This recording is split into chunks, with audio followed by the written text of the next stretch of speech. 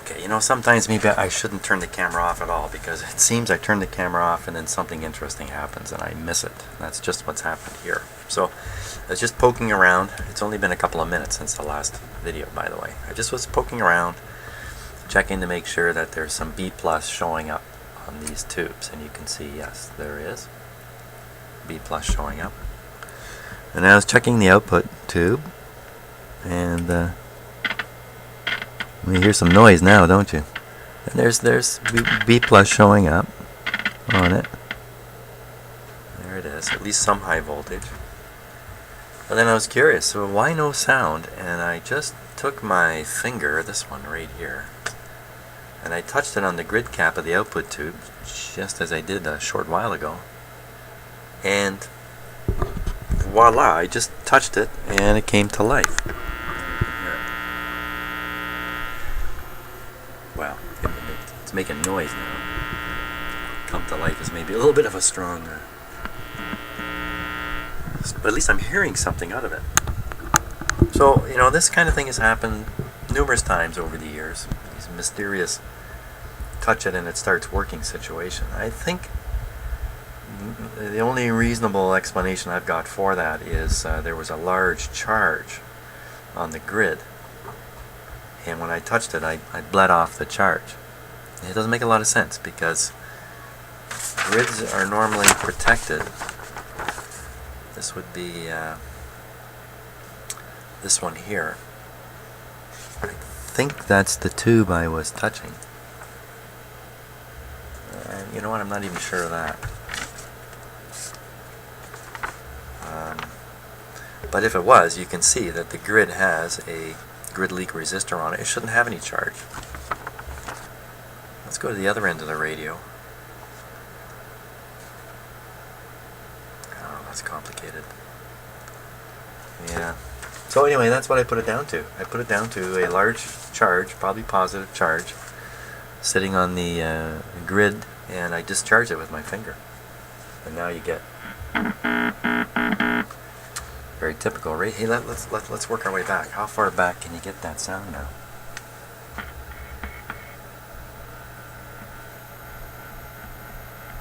No, there's action all the way through the radio. Let's put an antenna on it. Yeah, let's put on an antenna.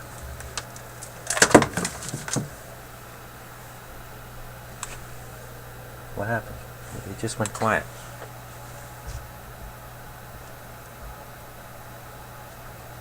What?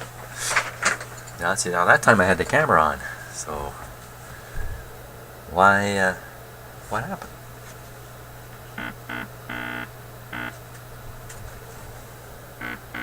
I think it just quieted it down, maybe because I took off some extraneous wires that were making it noisy or something. I don't know. Still working. So let's get an antenna onto it. Here. Where's my antenna? Wire.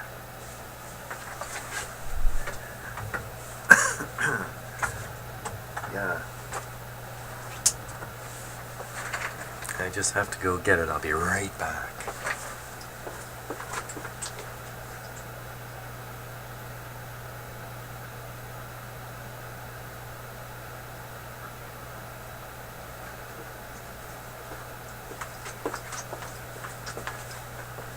Okay, I'm back, but I still don't have the antenna wire lead.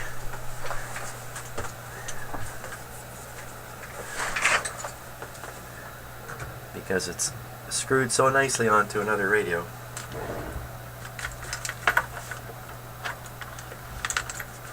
That I don't want to take it off. So we're gonna just clip lead this antenna. It'll be fine.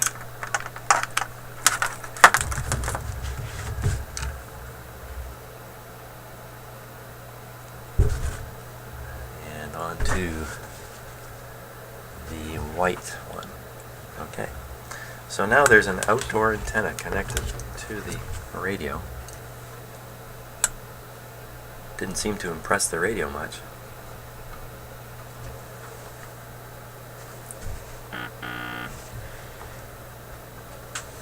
It's pretty darn quiet. Like basically fat chance on anything suddenly bursting in. So we're gonna have to put a signal on it and spoon feed it some RF. See what we get from that.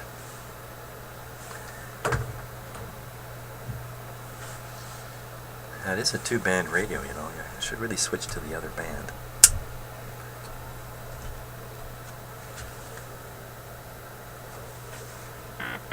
It's so quiet, I have to keep convincing myself that it's operating. Hey, what was that about the B plus voltage? I've got it up at 90. Let's crank it back.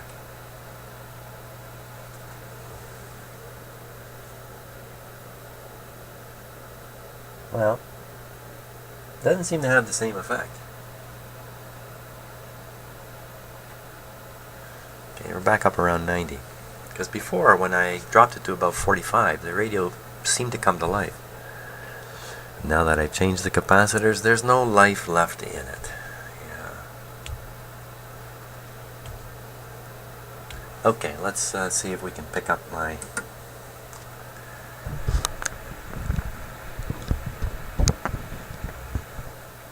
So you can see the frequency here now. Volume is full. Power output on this is full. It's going straight into the antenna here.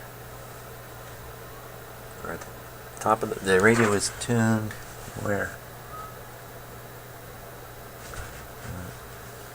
Oh, there's a dial there. Above mid-band. So this should come to life around 1200, 900, somewhere around there. Everybody quiet now, so we listen. And I reached the end of my scale here. Okay, going up from 6.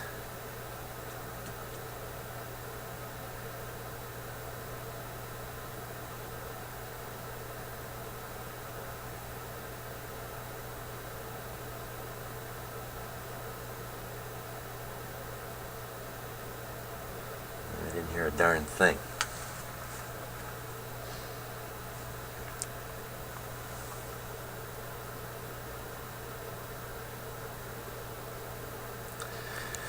Nada thing.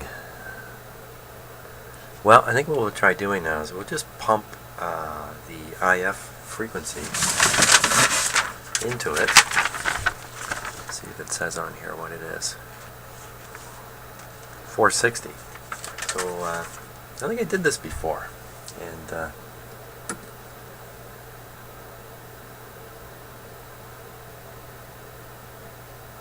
and we should really be pumping it in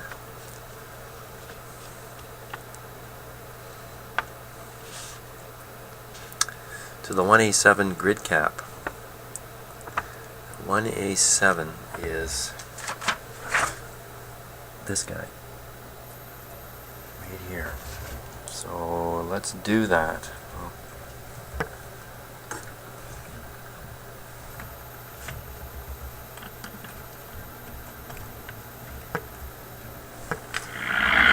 Oh!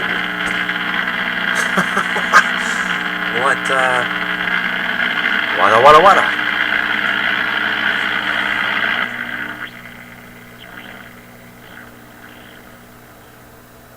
Hey, where'd it go? Did you see that? I connected that up, and for a while it was very loud, and then it slowly drifted off. You know, these are all signs of grid voltages going too high.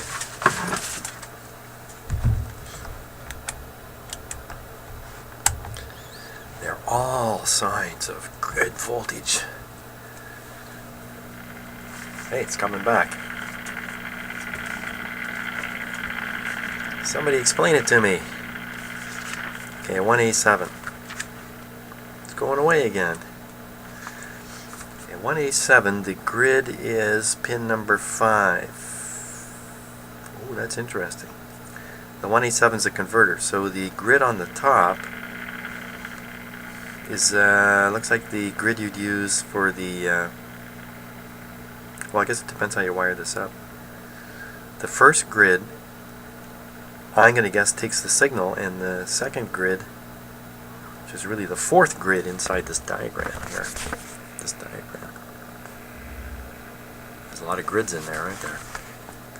And let's take a look at both those. So grid 1 is pin 5. Oh yeah, pin 5. Pin 5. Pin 5. 1, 2, 3, 4, 5. I feel like I've done all this before.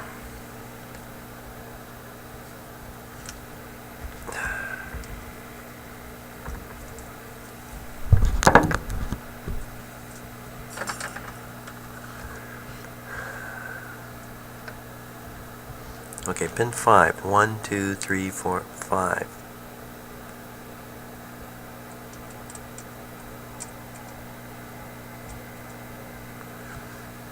Well, I see no voltage there at all on my meter.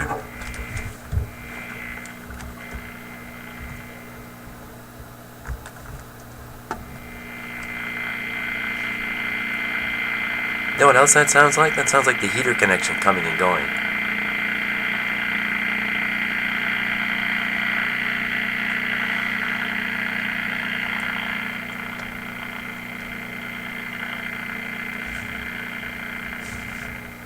Yeah, you know, it's this terrible connection that got here. This stuff here, these clip leads. I think they're probably intermittent.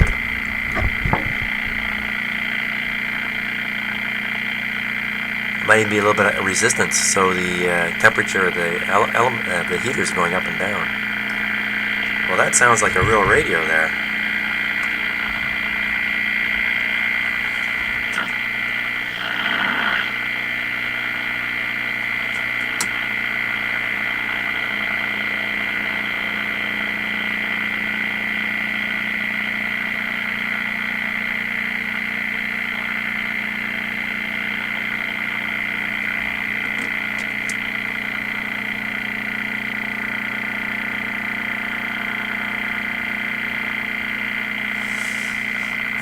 No, I was just trying different radio frequencies into it.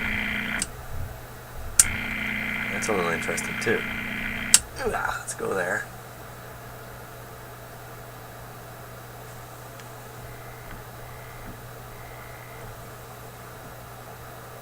Okay, so we'll assume that this setting is shortwave.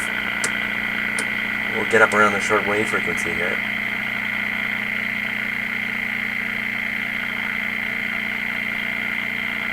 Yep, nothing coming through.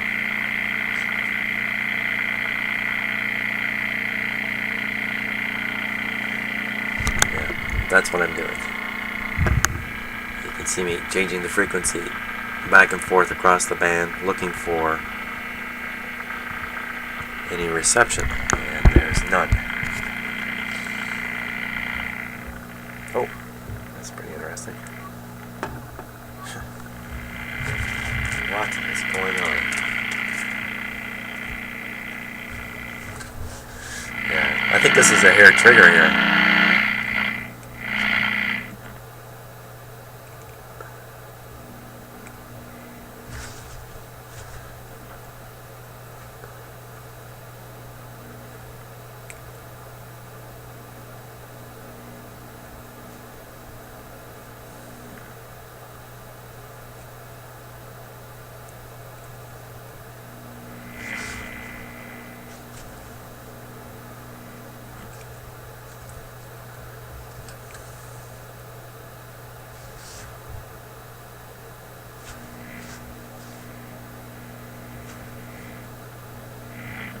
I had a bad clip lead. Huh. May have been just a bad clip lead. Let's go back to and get this off here. Everything goes quiet. Put this back on the antenna. Guess we're on AM. Flip it to the AM signal generator.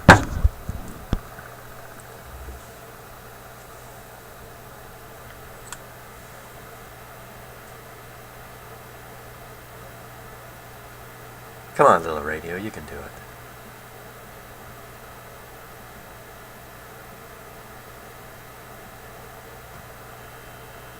Okay, a little bit there.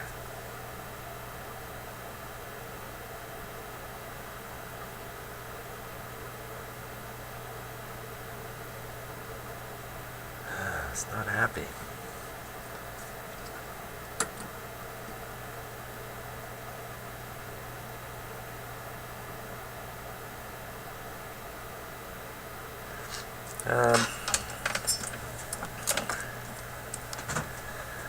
Let's see if the oscillator's oscillating here.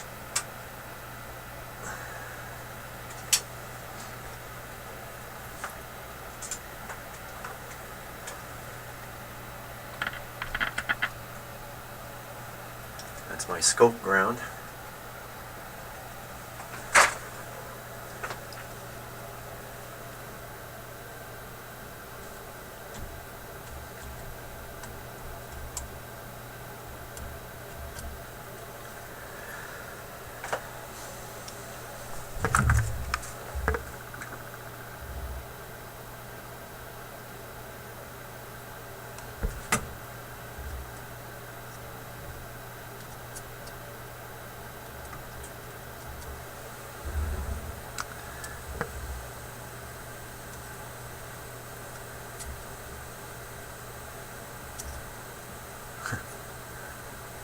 Yeah, not very good luck working in a mirror. It's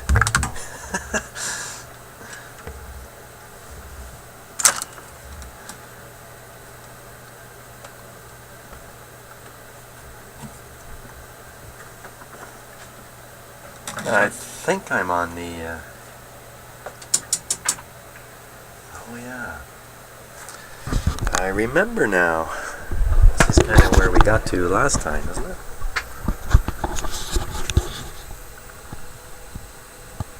Now that's a completely inappropriate waveform. I don't even know what to make of that. Ring, and then another one, ring. I don't know what to make of that. That's exactly what I saw last time I did this. Now maybe I'm not connected properly to the radio.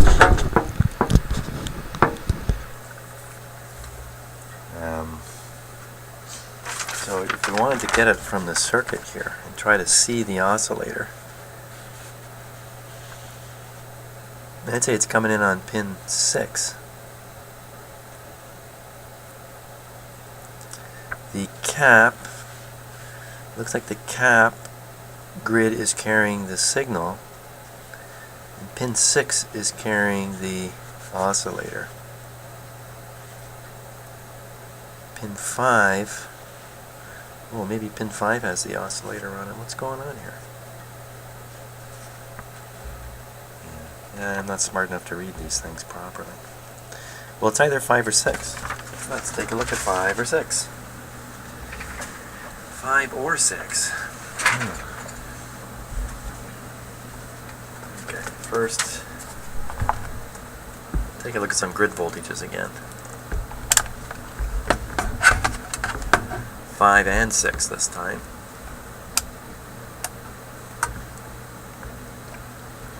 Pin number 5 was that one. Pin number 6 would be that. So there's no voltage on them, which is good. 0 or a little negative would be good. I see the radio is drawing a little B plus current too.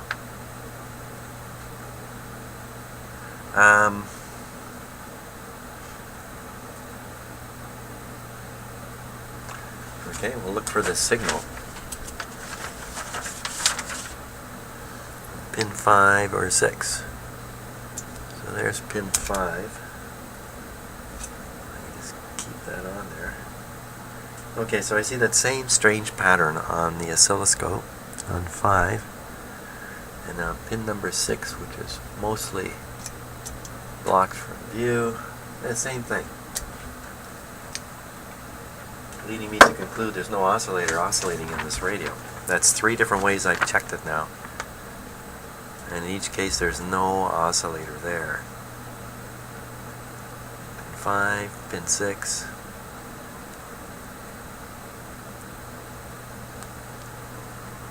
Let's flip the band switch and give it another try. Pin 5, same looking thing. Pin 6, same stuff. It almost looks like a tuned circuit that's not being driven into in an oscillator circuit that's not getting the feedback it needs to keep oscillating. That's almost what it looks like. I'm making that up. Don't know what else to do. Well, there could be lots and lots of things wrong here, including the 1A7 not operating properly as a tube. Let's look at pin 3 and make sure there's some plate voltage on it. Pin number 3. Okay, so 3 is 1.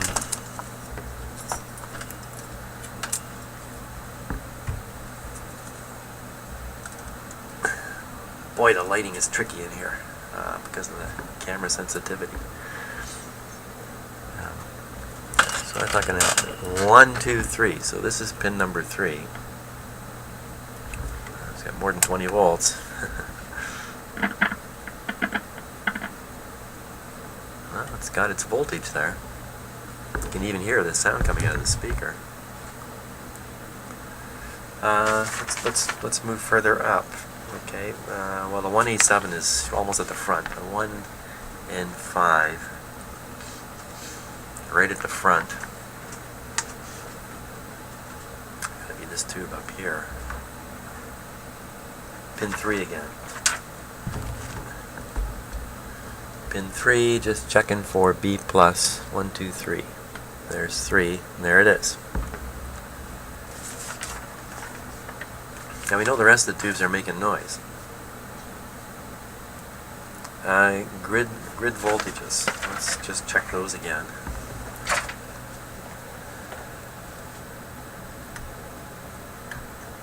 Slightly negative. That's very good.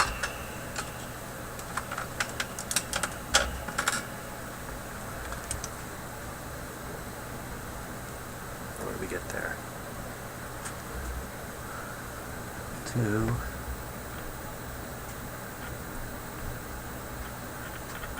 0 there.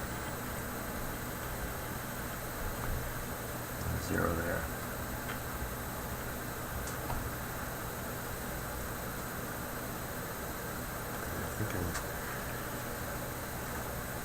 Yeah, there's one tube without a grid cap. I think that's the 1C5. Oh, 1C5. Yeah, 1C5 is the output. We never even looked at that.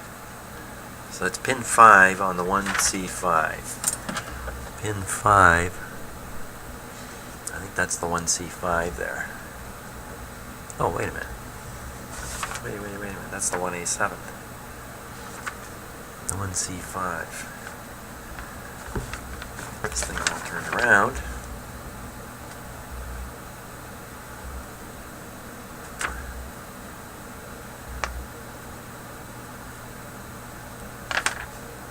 This is a view from the top. That explains it. So that is the 1C5 right there. 1C5 output tube. Pin 3. Pin 3. Pin 3 is the plate. Pin 5 is the grid. So 3 is the plate. Wake my meter up again. Pin 3, and I think we know this is working, that it's got to have 1, 2, 3. There it is. And pin 5. Oh, it's quite a strong negative voltage on it. Minus 0.4. not unreasonable. 1C5, no information written on the schematic for that. 1C5.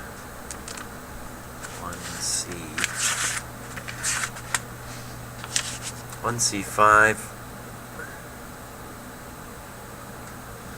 Typical maximum grid volts minus 7.5. So it's right in there. It's right in where it should be. Halfway there. Huh.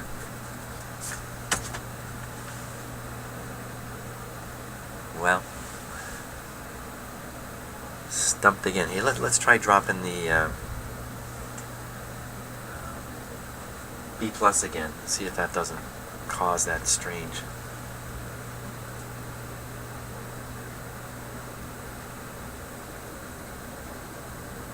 No, that just made it go quiet.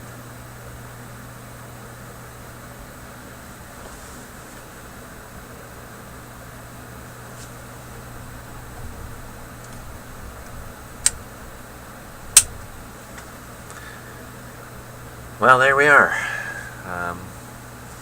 New capacitors, no difference that I can tell. I think we'll just shut her off for now.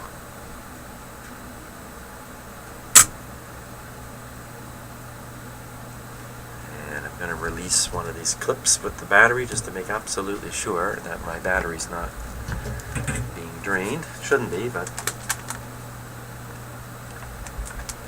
And I have to go away and lick my wounds on this one for a little bit. See if we can figure out what to do next with it. Thanks a lot for watching.